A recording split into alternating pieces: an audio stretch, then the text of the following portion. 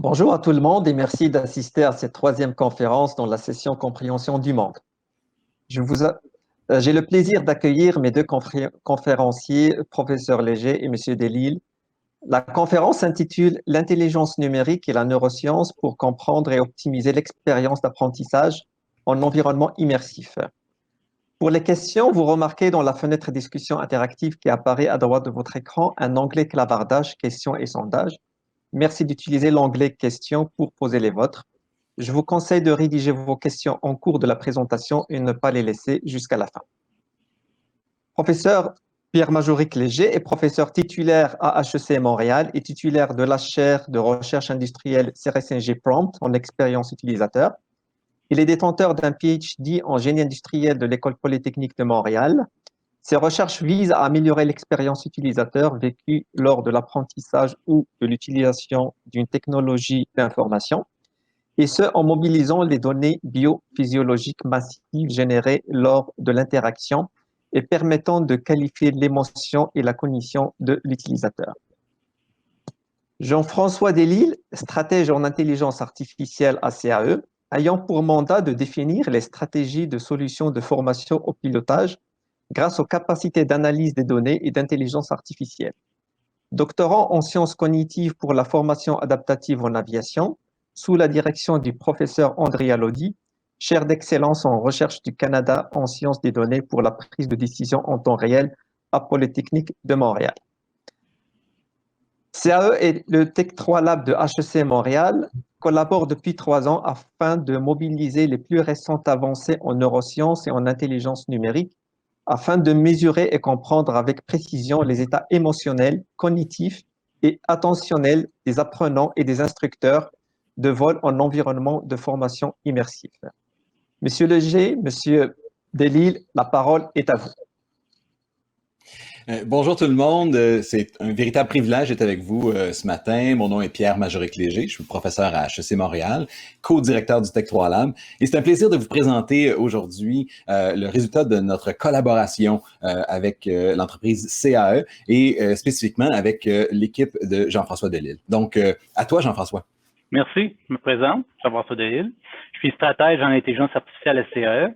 Je suis également membre de notre accélérateur digital qui vise à mettre à profit les dernières avancées en intelligence artificielle pour améliorer la formation des pilotes et faire passer notre compagnie à l'ère numérique puis à l'industrie 4.0.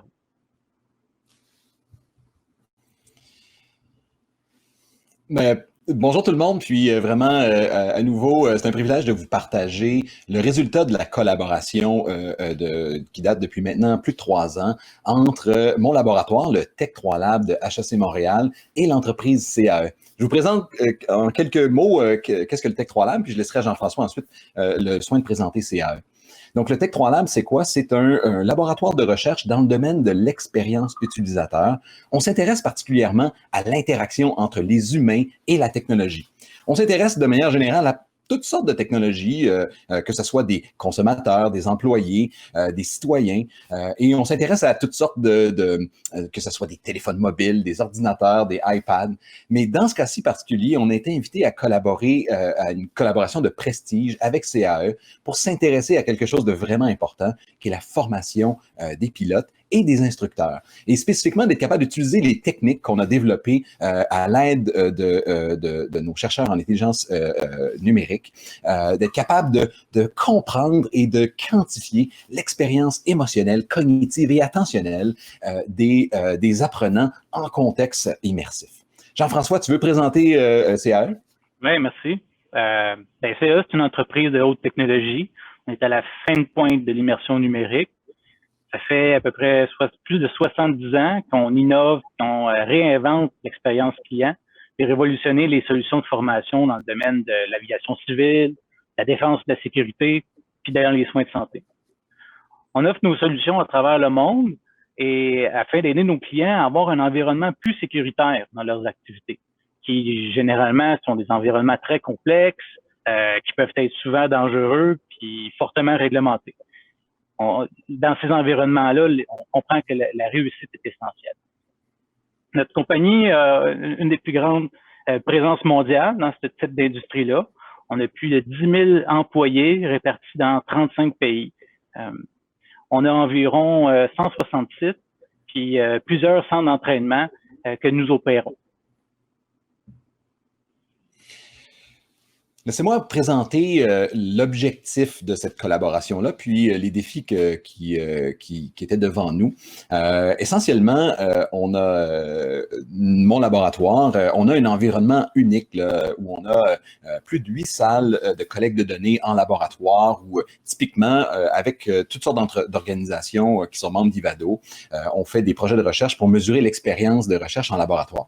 Évidemment, lorsqu'on a été invité à collaborer avec CAE, c'est toutes sortes de défis qui se sont présentés pour être capable de essentiellement sortir du laboratoire et aller mesurer in vivo l'expérience d'apprenants et d'instructeurs de vol à l'intérieur des technologies d'Ivado, de CAE.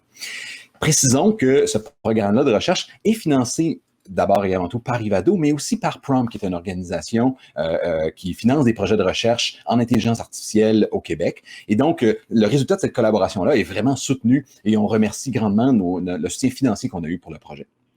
Mettre en place une collaboration de longue haleine avec un partenaire comme CAE, ça demandait une démarche d'abord collaborative et surtout itérative. Et lorsqu'on a préparé la présentation aujourd'hui, on s'est dit qu'on allait essayer de mettre en évidence des éléments qui ont fait le succès de cette collaboration-là au cours des 3 dernières années, pour voir un peu quelle était la démarche d'amener 2 organisations comme la nôtre, d'être capable d'amener finalement des chercheurs de domaines différents, qui ont des intérêts communs, qui ont un vocabulaire différent, à collaborer et à développer des projets de recherche ensemble et d'avoir du succès. D'abord, dans notre démarche, on a mené un grand nombre d'ateliers pour la mise en commun d'expertise très tôt dans le projet. Et ça, c'était vraiment pour développer un vocabulaire commun entre nous, les chercheurs académiques et les chercheurs industriels. Et ça a vraiment aidé à tisser des liens collaboratifs et un développement de relations de travail là, qui ont créé le tissu là, pour faire émerger le succès dans ce projet-là. On a aussi mené une revue de littérature conjointe. Vous savez, lorsqu'on commence un projet comme ça et qu'on se tente de s'adresser à une question qui est de comprendre comment on peut mesurer puis comprendre l'expérience des apprenants en simulateur de vol, ben, l'idée, c'était de construire sur les épaules d'un géant. Et on a amorcé, dès le début de la collaboration, une revue de littérature systématique pour s'assurer de ne pas réinventer la roue, d'aller chercher ce que les autres chercheurs, ce que les autres équipes de recherche avaient déjà trouvé avant. Et vous allez voir dans un instant, on a réussi même à publier ensemble, co-publier cette revue de littérature-là dans une revue internationale dans le domaine de l'aviation, ce qui est pour nous qui était très important. Un élément, là, un mot que je pense que j'ai appris avec cette collaboration-là avec CAE, c'est le mot dérisquer. Hein? L'idée, c'était d'y aller doucement, lentement, de manière itérative, être capable d'identifier les risques et d'y trouver des solutions. C'est vraiment une approche d'ingénierie à la science. Et ça, la collaboration qu'on a su établir, puis parce qu'on avait un vocabulaire, puis qu'on avait des moments clés là, pour faire des post-mortem, pour cristalliser les apprentissages conjoints, on a réussi tout au long du parcours à y aller pas à pas pour être capable de mener une expérience d'envergure chez CAE où on est en train de préparer là, des différentes publications qui sont associées aux résultats qu'on a pu identifier. Donc, tout ça pour dire que la démarche qu'on a mis en place, moi, je pense que cette collaboration-là est vraiment unique, puis c'est en dérisquant chacune des étapes là, qu'on a pu y parvenir. Je vais revenir à la fin sur le post-mortem, mais je vais laisser maintenant à Jean-François le soin de présenter les différentes étapes de ce projet collaboratif. Je te passe la parole, Jean-François. Oui, merci. Une des premières étapes, comme l'a mentionné Pierre Majoric, de cette collaboration, c'était de mettre à niveau le langage des chercheurs. On était issus de différents milieux, des milieux de l'éducation, milieu de l'aviation, milieu de la neuroscience. Et pour ça, on a construit un gros framework afin de mettre en commun nos domaines respectifs qui donnait à tous une façon de s'accélérer mutuellement dans les différentes expertises impliquées dans le programme de recherche. On a construit une grosse base de données comportant plus de 500 articles d'intérêt, puis on a mis en place des séances de revue en commun afin d'inciter les chercheurs à aller chercher le maximum de cette activité-là, puis d'être proactifs et d'alimenter l'ensemble de l'équipe. Cette initiative-là a donné la publication que vous voyez la référence à l'écran. On a publié dans Aerospace Psychology et ça a mis, dans le fond, toute la fondation pour les expériences qui sont beaucoup plus pratiques par la suite.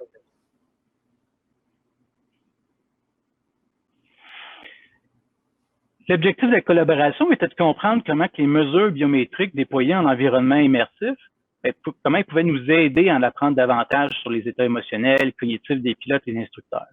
En utilisant dans la plupart de nos expérimentations et dans nos études de revue littérature, les électroencéphalographes, des électrocardiogrammes, des capteurs endodermales, on a réussi à instrumenter les participants pour mesurer leur état, mais aussi utiliser les données des environnements opérationnels comme les caméras, les communications audio, les télémétries de vol du simulateur, les données du cockpit. En mettant tout ça en commun, on a réussi à trouver de nouvelles valeurs ajoutées pour mesurer la performance des participants dans leurs opérations.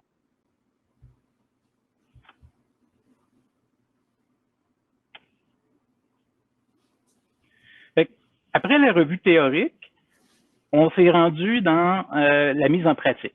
On a mené une première expérimentation où on s'est dirigé dans les laboratoires de Tech3 Lab afin d'obtenir nos premières mesures en neurosciences appliquées à un contexte d'entraînement en aviation. On a enregistré environ une vingtaine de vols en simulateur avant avec un pilote. On a mis en place différentes conditions, météo, différentes qualités de vol. Et ensuite, on a transposé ces enregistrements-là en laboratoire parce qu'on a demandé à des instructeurs qui ont été mis avec l'équipement biométrique d'évaluer la prise de risque et la performance des manœuvres alors qu'ils étaient connectés et dans lequel ce système-là que vous voyez à l'écran, qui est un de nos systèmes de débrief, pour le support à l'expérimentation, nous a également permis de comprendre comment on aurait pu l'améliorer. Fait que on a, dans cette expérimentation, ça nous a permis de travailler avec les données, les synchroniser, mettre en place nos outils d'analyse, déterminer les différents indicateurs d'intérêt pour les chercheurs. Fait que les méthodologies et les mesures développées dans cette expérience-là, on nous a ensuite servi tout au long de notre parcours dans les prochaines expérimentations en environnement immersif.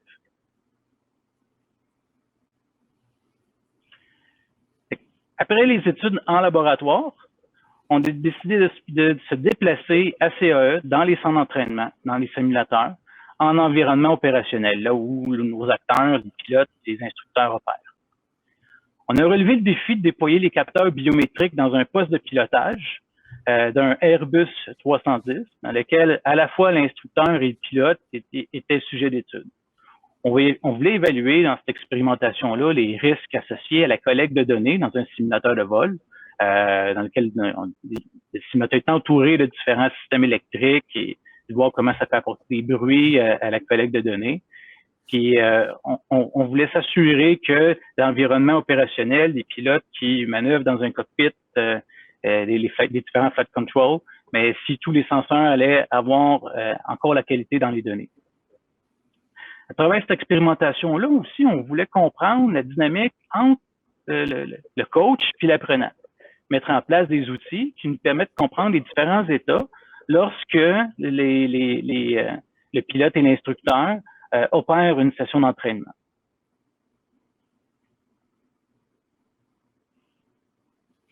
Ensuite, on a déplacé notre expérimentation dans un environnement encore plus immersif, où est-ce que la difficulté était accrue et on s'est approché de plus en plus des situations réelles d'entraînement. On a mis en place un plan de leçon auquel 20 participants équipés de capteurs biométriques ont reçu un scénario et on a évalué la performance des pilotes dans une leçon de plus en plus complexe qui nous permettait de mesurer avec beaucoup plus de précision et de prédiction la charge cognitive et les états associés à la prise de risque. Avec cet environnement que vous voyez là, un simulateur de F-16 et un système visuel CAE, médaillon, MR et Series, on a pu arriver avec un degré d'immersion au dernier cri de nos prototypes en système visuel.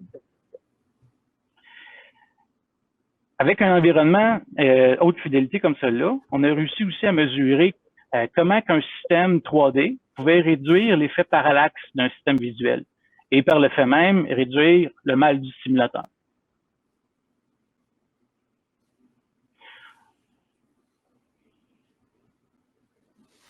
C'est majeur? Ouais. Présente d'abord les résultats, puis je vais revenir sur les avantages, les apprentissages. Pas de problème. Fait un des résultats principaux, c'est, durant ces 3 années-là, le savoir-faire de la mise en commun des experts, le savoir-faire des experts du Tech 3 Lab avec l'instrumentation, le savoir-faire des experts en aviation autour de la dynamique de l'instructeur et du pilote, et la mise en commun de ces expertises-là nous ont permis de mettre des expérimentations puis collecter de nouvelles valeurs et des résultats. On a utilisé beaucoup d'instrumentation, d'analyse de données. Ces indicateurs-là seront désormais partie prenante de solutions d'entraînement à travers nos outils de débrief, nos outils de reporting, mais aussi offerts à travers les outils pour l'apprenant et le pilote qui puisse lui-même avoir une conscience de son évolution et de ses états dans les entraînements en aviation. C'est sûr que pour nous, c'est une chance unique là, de pouvoir travailler avec une organisation de classe mondiale comme CAE pour nous permettre, dans le fond, de nous amener dans des contextes extrêmement, on appelle écologiquement valides. Hein. L'idée, c'est qu'on peut travailler beaucoup en laboratoire, mais là, l'idée de se rapprocher du milieu, puis de vraiment améliorer les mesures, améliorer les méthodologies pour mesurer l'expérience d'un utilisateur, dans ce cas-ci du pilote et de l'instructeur, c'est un défi de taille pour nous. Au-delà des résultats scientifiques, un des éléments que moi je suis le plus fier là, des principaux apprentissages, c'est la chance unique qu'on a eue de mettre des étudiants de doctorat, de maîtrise, de post-doctorat dans le projet. Et ça pour nous, vous savez, lorsqu'on forme des futurs chercheurs, d'avoir la chance de placer ces futurs chercheurs-là dans cette interaction-là là, entre le milieu académique et le milieu industriel, ça vaut vraiment de l'or. Hein. L'idée, c'est de former la relève des chercheurs au Canada avec la capacité de pouvoir mettre en application dans le milieu pratique la science et les méthodologies développées. Et ça, la relation qu'on a eue avec CAE, elle est extraordinaire et on a réussi à mettre en place vraiment une équipe de 2 organisations ensemble, mais qui était capable d'avoir des post-mortem francs. Hein? Vous savez, dans un projet, il y a des choses qui fonctionnent, des choses qui fonctionnent moins bien, et ça prend des moments de pouvoir échanger. Et je pense que les travaux qu'on a mis en place, les ateliers, ont réussi à développer au-delà de la communication du vocabulaire, des relations de travail qui ont assuré le succès scientifique du projet. Et cet élément-là, je pense qu'il est clé et je dirais qu'en termes de méthodologie de travail, je recommanderais aux autres membres d'Ivado de tenter de mettre en place une telle stratégie pour justement assurer le succès de la collaboration scientifique entre 2 équipes. Ouais, 2 minutes qui restent. Notre collaboration était un franc succès. On est devenu, dans le fond, quasiment une entité ensemble. Les liens entre CAE et Tech 3 Lab sont franchement très bien soudés. C'est pour ça qu'on a décidé de poursuivre. On va avoir d'autres programmes de 3 à 5 ans parce que notre collaboration va encore s'accroître. On a de différents projets d'envergure qu'on cible avec ces méthodologies-là qu'on va pousser à fond pour avoir notre accélération numérique à l'aide des données biométriques et de la neuroscience et de ce savoir-faire-là. Avant de terminer, je pense que c'était important de remercier le soutien financier qu'on a reçu pour ce projet-là, remercier Ivado pour le soutien financier, remercier Prom pour le soutien financier. Ça a été des acteurs importants pour nous permettre de faire ces avancées scientifiques-là. Et évidemment, c'est un travail collaboratif. On n'a pas pu mentionner tout le monde, mais du côté de mon équipe, évidemment, mon collaborateur Sylvain Sénécal, Théophile Damazur et Alexander Karen là, sont des scientifiques doctorants et post-doctorants très importants dans le succès là, de ce projet. Merci à tout le monde. Merci, on est ouvert à vos questions. Merci, Monsieur Delisle, pour cette belle présentation et ce bel exemple de collaboration. Maintenant, c'est la période des questions. Une première question qui arrive, merci. Comment la formation du pilote a été modifiée suite à la recherche ou suite à l'expérimentation? Bien, c'est surtout grâce aux indicateurs. On veut s'assurer que les pilotes et les instructeurs comprennent bien les erreurs ou les états cognitifs qui peuvent mener à des erreurs. En ayant une meilleure conscience de leurs états et leur évolution, sont en mesure de cibler correctement qu'est-ce qu'ils doivent améliorer et comment ils pourraient l'améliorer également. Le second volet de ça, c'est vraiment dans la visualisation des données. Donc, toute l'approche analytique de développer des mesures, d'entraîner des mesures, ça a permis de découvrir et d'identifier des indicateurs de performance. Mais ensuite, c'est d'être capable de le présenter visuellement pour que l'instructeur puisse être capable de prendre action. Et ça, c'est pas simple. L'idée, c'est pas d'aller pitcher plein de données à l'instructeur alors que lui doit se concentrer sur l'apprenant. Donc, une partie importante du travail, puis ça anime aussi la suite de nos travaux, c'est de quelle manière on peut présenter cette information-là pour qu'elle soit utile à l'instructeur, pour être capable justement de fournir un feedback adéquat et optimiser cet apprentissage-là. Exact. Ce qu'on tente de faire, c'est d'individualiser la formation. On comprend que tous les pilotes et les instructeurs sont différents. Ils n'interagissent pas de la même façon. On veut s'assurer que la façon dont se déroulent les sessions de formation, qu'on puisse l'adapter. Pas l'adapter avec une subjectivité, l'adapter avec l'objectivité que présentent les données. Merci beaucoup pour la question. Plaisir. Une autre question que je pose aussi, c'est quoi la prochaine étape? C'est quoi les futures voies de recherche et de collaboration dans ce domaine-là? Je vais te laisser commencer, François. Mais si on regarde les pilotes et les instructeurs, la formation en aviation, qu'est-ce qui est au centre de ça? C'est l'apprentissage. L'apprentissage dans différents milieux également. On a instrumenté un simulateur de vol qui est un des environnements d'apprentissage, mais il y en a plusieurs. Il y a le e-learning, il y a ce qu'on appelle le computer-based training, il y a la réalité virtuelle qui est maintenant apportée et qui peut être un environnement d'apprentissage qui nous aide à accélérer la formation des pilotes. On enseigne aussi dans les avions. À partir d'un certain moment, dans des entraînements initiaux, on vole en simulateur, mais on a aussi les vols solo, des vols dans des pour avoir des vols dans des Cessna ou les T6 qui nous permettent nos premiers pas où les instructeurs doivent interagir avec les étudiants. Fait que la multitude des environnements d'apprentissage, cibler comment on peut voir comment les étudiants se comportent, quels sont leurs états et qu'est-ce qui maximise leur apprentissage, sera certainement ciblé lors des prochaines expérimentations. Et Jean-François, CAE n'est pas que dans le domaine de l'aviation, vous êtes aussi dans le domaine de la santé. C'est important aussi. Ce qu'on apprend là est transférable aussi à vos autres unités d'affaires. Absolument. Ça peut être dans le naval également.